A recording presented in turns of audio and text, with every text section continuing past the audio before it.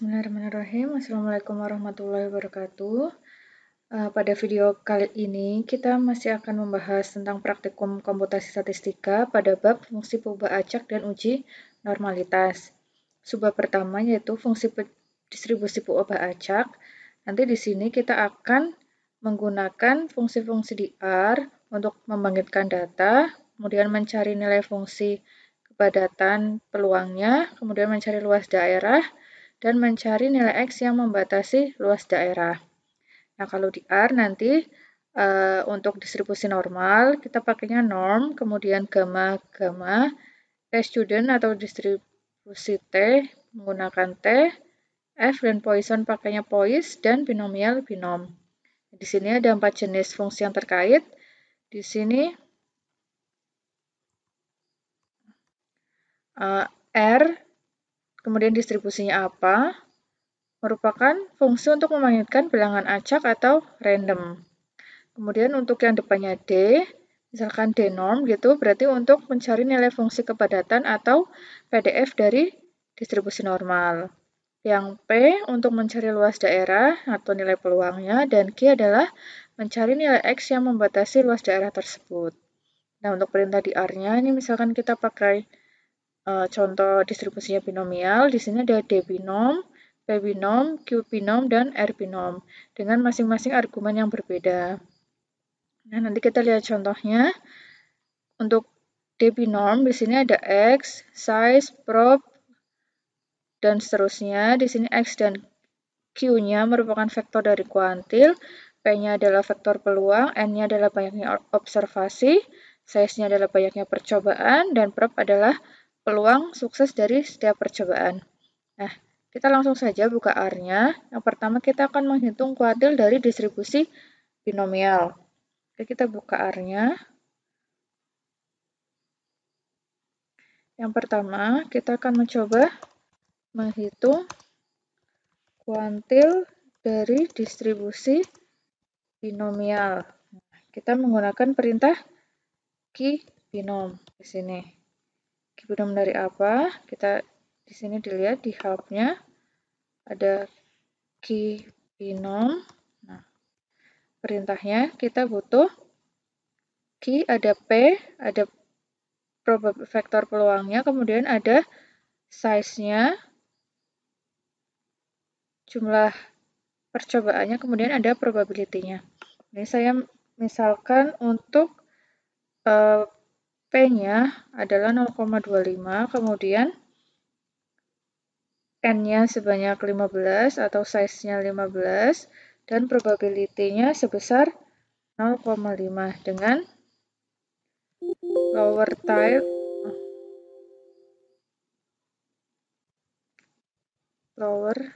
tail-nya adalah true. Nah, kita akan coba cari. Nah, hasilnya adalah 6. Itu. Kemudian kita akan nanti untuk misalkan nyari dengan key norm gitu, nanti disesuaikan dia butuhnya apa aja. Jadi kita coba key norm. Nah, dia ada P-nya, probability-nya, min-nya berapa, standar deviasinya berapa, dan seterusnya. Kemudian yang kedua adalah kita akan menghitung PDF atau fungsi kepadatan peluang dan CDF-nya, kumulatifnya. Nah, misalkan saya di sini saya objeknya kasih nama PR. Sebelum itu saya agar hasil saya dan Anda nanti sama, kita kunci dulu set sheet-nya 1, kemudian sini saya akan menghitung fungsi kepadatan peluangnya menggunakan perintah D binom dari distribusi binomial. Dari 0 sampai 15, ini kalau D binom kita kembalikan. Nah, saya butuh X, vektor kuantilnya, size, probability. Nah, kemudian size-nya 15 dan probability-nya 0,5. Nah, saya run dulu. Kemudian kita panggil. Nah, ini ada segini. Kemudian kita akan menghitung CDF-nya. CDF, ini tadi PDF.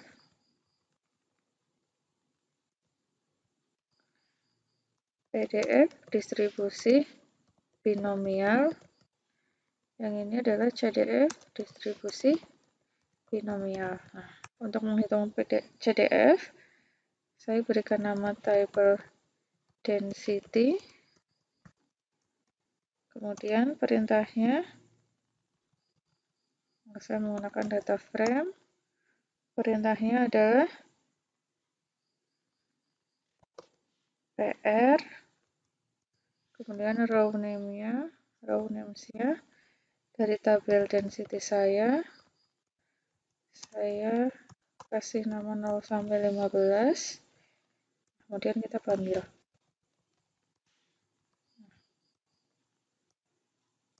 Nah, ini.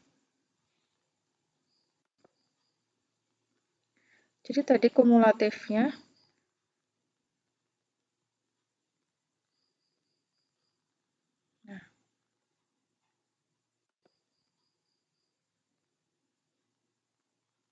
maaf, ini untuk nilai peluang untuk X-nya kurang dari sama dengan 15. Nah, sekarang kita baru akan mencari CDF-nya dari distribusi binomial. Nah, perintahnya, misalkan saya punya A, tadi nyari CDF pakai perintah pbinom. Nah, 0 sampai 15, kemudian di sini size-nya 15, probabilitasnya 0,5, lower tail-nya true. Saya panggil A. Ini. Kemudian saya plot nilai. Nah, di sini kelihatan dia fungsinya adalah fungsi naik karena kumulatif. Seperti biasa, dari dikumulatifkan, hasil akhirnya nanti di data ke 15 nanti adalah 1. Nah, kemudian kita akan membuat tabelnya. Di sini saya tabel CDF, tabel CDF saya kasih nama kayak gini aja. Data frame dari A saya tadi, kemudian row names-nya dari tabel CDF saya kasih nama 0 sampai 15, kemudian saya panggil.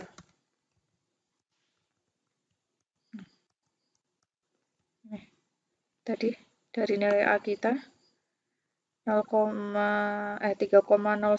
kali 10 pangkat min 5, kemudian dijumlahkan terusnya sampai nanti hasilnya 1. Oke, sekarang kita sudah menghitung kuantilnya pakai QBinom, kemudian DBinom untuk menghitung PDF, PBinom untuk menghitung CDF-nya. Yang selanjutnya kita akan generate random number, bilangan acak. Nah, kita menggunakan perintah rbinom. Rbinom di sini tadi di help-nya rbinom n-nya berapa? Jumlah observasinya saya 100, kemudian size-nya 15, probability-nya 0,5. Nah, ini. Nanti tadi kalau tidak di set sheet ya, nanti hasil saya dan Anda bisa berbeda. Oke. Kemudian karena tampilannya kurang bagus, bisa kita perbagus seperti di modul.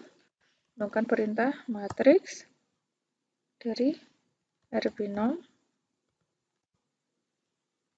15 kali 5. Ininya jumlah observasinya, terus probability-nya 0,5, dan kolonnya 5.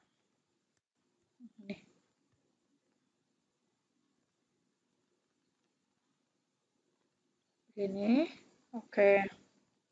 Ini untuk yang fungsi kepadatan peluangnya. Ini masih basic-basic aja, nanti silakan dicoba-coba. Misalkan di sini saya contohnya menggunakan distribusi binomial, nanti bisa diganti pakai distribusi normal, Poisson, dan seterusnya. Kemudian ada, kalau kita lihat di modulnya, ada uji kecocokan atau goodness of fit test dari distribusi normal univariat. Nah, H0-nya sampel atau data kita berasal dari distribusi tertentu, kemudian H1-nya tidak berasal dari distribusi tertentu. Nah, salah satunya kita akan menguji normalitas dengan kalau di modul kita lihat ada dua uji. Yang pertama adalah Shapiro-Wilk dan yang kedua adalah Jarque-Bera. Nah, kita coba dulu di sini. Kita beri keterangan normalitas. Nah, kita harus punya datanya dulu. Nah, saya misalkan punya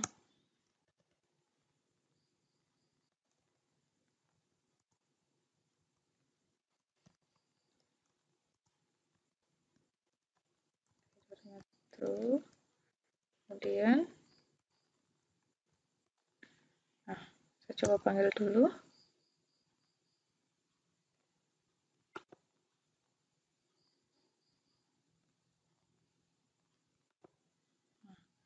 Saya coba panggil data saya.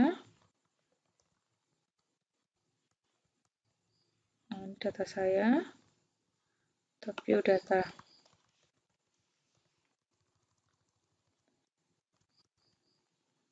Ini data saya, data saham Unilever dari tanggal 6 bulan 3 2019 sampai tanggal 6 bulan 3 2020. Nah, ini ada open, high, low, close, objective close, dan volume. Kemudian nanti kita akan uji normalitasnya menggunakan data close-nya. Nah, yang pertama kita akan uji Shapiro-Wilk. Nah, untuk menguji normality menggunakan uji Shapiro, kita perlu package start.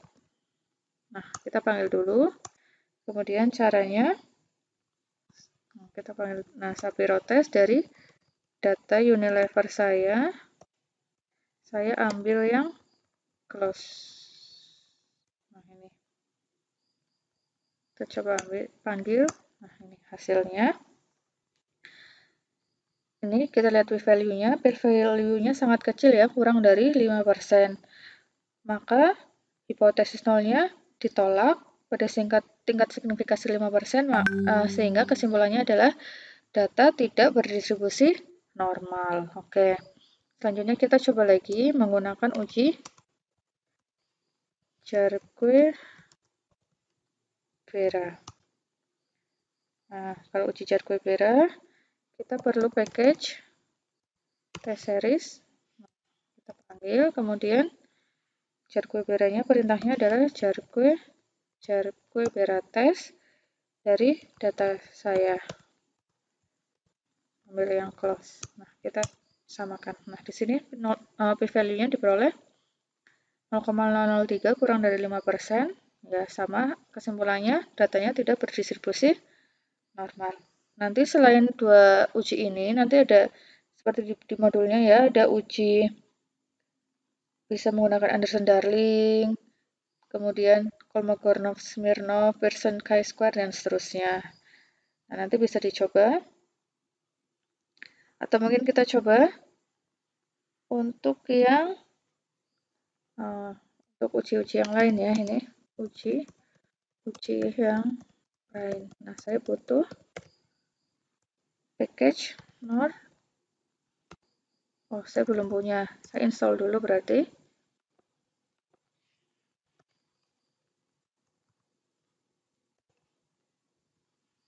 Test, saya install dulu. Oke, sudah ada. Kemudian kita panggil. Ini yang pertama, saya punya sf.test dari ini adalah untuk uji Shapiro Francia. Nah, kita coba tuliskan dulu, kemudian AD test, Anderson Darling-nya sama dari data Unilever saya, ambil yang close, ini uji Anderson Darling. Kemudian ada cvm.test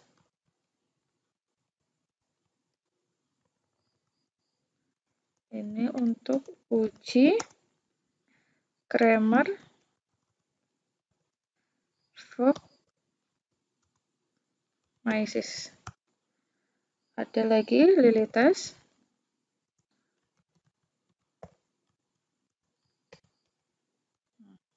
Ini untuk uji Kolmogorov-Smirnov ya. Uji Lilly Force atau Kolmogorov-Smirnov. Ada lagi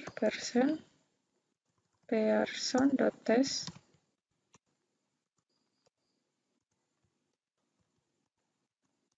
Ini untuk uji Pearson chi-square. Nah, kita coba yang pertama untuk Shapiro Francia-nya. Nah, diperoleh p-value juga sangat kecil, kurang dari 5%. KDF testnya juga, maaf, Anderson Darling testnya, Kramer-nya, kemudian Lilly test, Pearson test. Nah, dari kelima uji ini juga diperoleh nilai p-value yang kurang dari 5%, artinya H0 kita ditolak. Kesimpulannya, data kita tidak berdistribusi normal. Nah, di modulnya, karena data kita tidak berdistribusi normal, tidak mengikuti distribusi normal, kita dapat melakukan transformasi agar data kita dapat dibentuk menjadi distribusi normal. Salah satunya menggunakan transformasi box-Cox. Kemudian ada juga transformasi inverse square untuk data-data yang bernilai negatif. Nah, sekarang kita coba di sini transformasi box-Cox.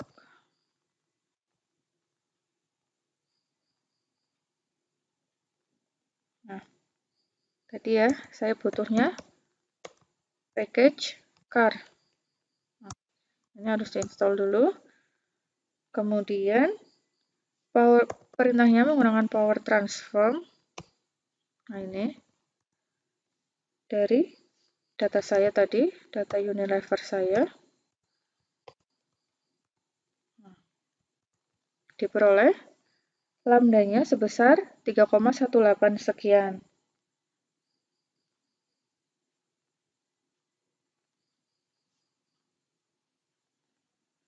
Kemudian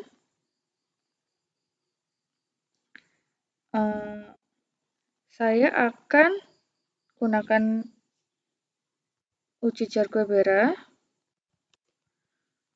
Nah, data saya, data Unilever saya dari kelas ini, kemudian saya pangkatkan. Kalau dilihat ya di tabel 1 itu nanti ada nilai lambda yang bersesuaian. Karena nilai saya 3,18, maka saya bisa pangkatkan dengan 3,18092. Nah, ini. Lihat. Nah, p-value saya udah 0,69 yang lebih besar dari alfa 5%. Kesimpulannya H0 gagal ditolak sehingga data saya sudah berdistribusi normal setelah ditransformasi menggunakan transformasi box-Cox ini. Oke. Kemudian kita akan menggunakan transformasi inverse square. Seperti di modul, misalkan, ini menggunakan data, kita lihat dulu ya, di data kita,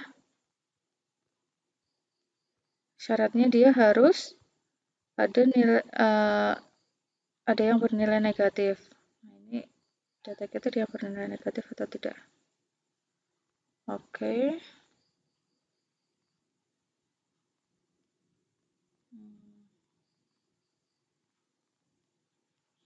Kita coba ikuti saja yang di modul, kita ikuti dulu.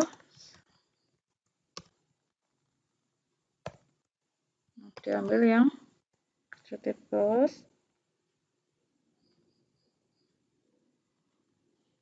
Coba saya lihat dulu datanya. Sepertinya tidak ada yang bernilai negatif.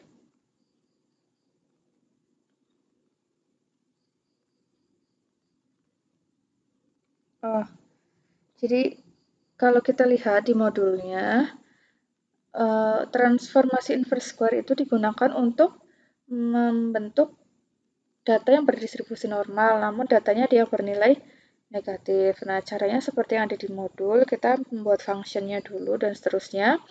Kemudian tetap di power transform lagi, dipangkatkan nanti dengan hasil lambda yang diperoleh. Begitu, kita langsung saja. Karena ini tadi data Unilever kita ternyata tidak ada yang negatif, atau coba kita lihat lagi. Sepertinya masih positif semua. Oke, kita lanjut aja langsung ke studi kasus. Ini langsung ke studi kasus yang ada pada tabel 2 itu.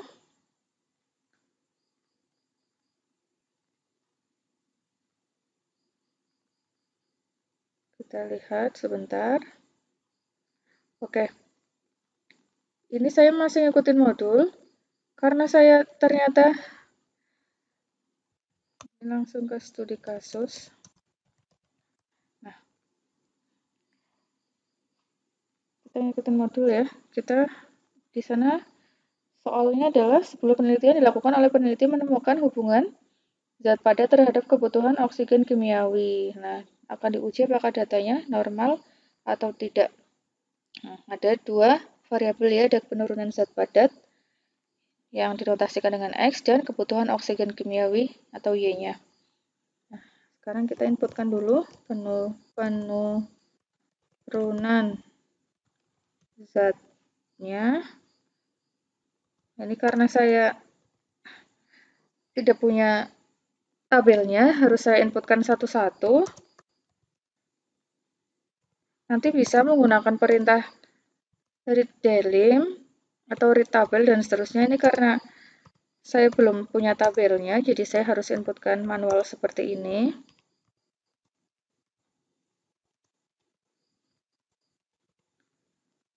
Sebenarnya cara seperti ini kurang efisien, jadi nanti lebih baik Anda sudah buat dulu tabelnya, boleh di Excel, nanti tinggal di copy.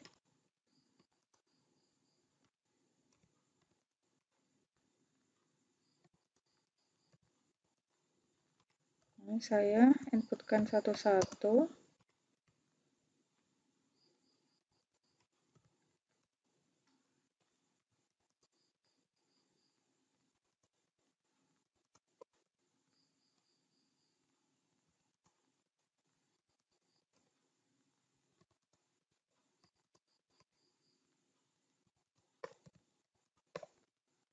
Ini sudah, kemudian kebutuhan oksigen.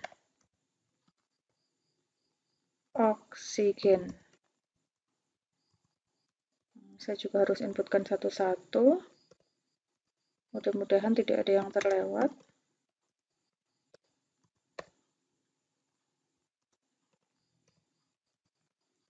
28, 27,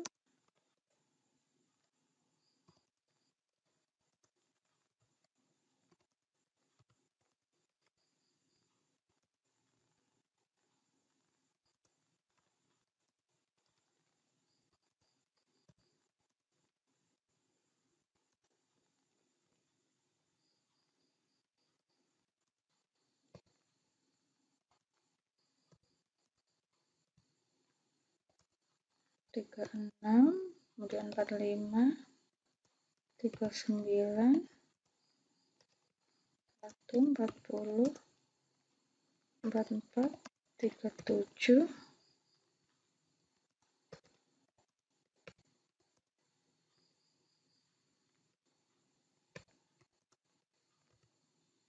Oke. Kita coba run dulu. Kemudian saya buat plotnya.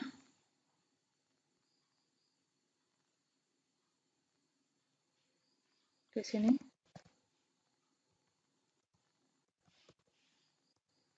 Dari penurunan zat saya dan kebutuhan. Mungkin ini tidak perlu pakai perintah lain, langsung plot saja. Kita coba lihat dulu. Nah, ini seperti ini. Nah, kita akan menguji masing-masing variabelnya, apakah sudah normal atau belum. Menggunakan uji yang digunakan adalah menggunakan ggnorm. Perintahnya ggnorm untuk penurunan zat kita. Kemudian kita menggunakan gg lain kita. Coba kita lihat. Nah,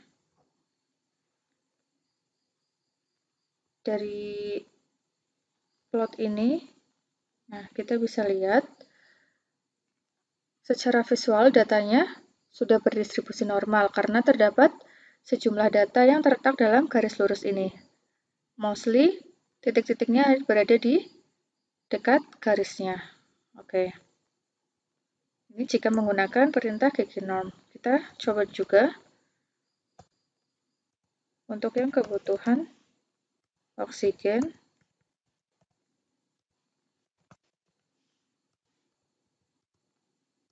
Nah, dilihat di sini sama banyak titik-titik dari datanya yang sudah berada di garis lurus. Sehingga secara visual kita dapat simpulkan bahwa data kita ini sudah berdistribusi normal.